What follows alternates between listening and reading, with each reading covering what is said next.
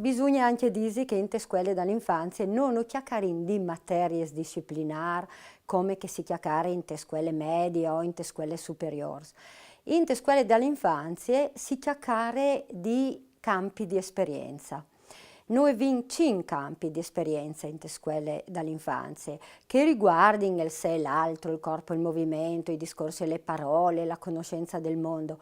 Ecco, tutte queste articolazioni servono agli insegnanti a strutturare le loro attività in maniera di garantire anche il raggiungimento di determinati obiettivi. In tal clil, in lingue furlane in te scuole dall'infanzia si ha di tenere particolarmente presente che non si chiacchiera tanto di apprendimento delle lingue quanto di acquisizione naturale delle lingue. L'innesto, che è uno dei concetti fondamentali dall'approccio CLIL, riguarda in maniera particolare l'inserimento di attività di lingue furlane o di lingue straniere all'interno di quel che è il curriculum normale, le programmazioni normali delle scuole. Quindi si partisse da una precise competenze dai docenti, che non è nome che linguistiche, ma è anche che di saper fare una progettazione integrata delle lingue furlane con quel che è le programmazioni delle scuole. Individuare un obiettivo formativo all'interno delle programmazioni.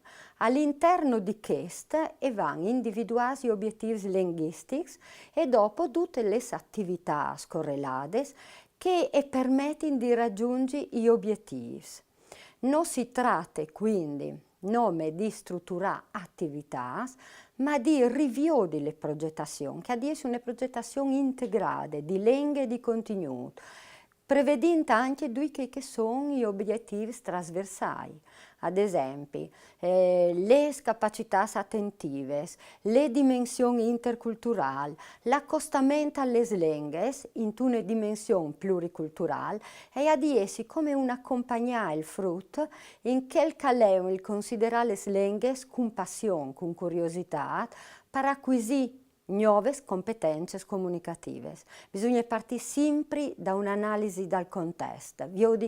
C'è tipo di prerequisiti linguistici o di discipline anche in estri spiccioli e dopo calà lì tutto un intervento di motivazione, di presentazione, quindi di esposizione dei materiali in lingue, di fissazione dei concetti disciplinari e linguistici e prevedendo attività in cui il frutto è portato di solo o in gruppo a metti in opere che l'ha imparato, fino ad arrivare a una valutazione di tipo, per così dire, congiunto, in cui non si valuta il nome, cioè che il frutto l'ha imparato in furlan, ma si valuta ciò che il frutto l'ha imparato in furlan, in l'ambito di esperienze e quali che sono, ad esempio, tutte le competenze trasversali, il tipo di partecipazione, l'interesse, le attenzioni che il frutto l'ha mettuto, le capacità di riflessione anche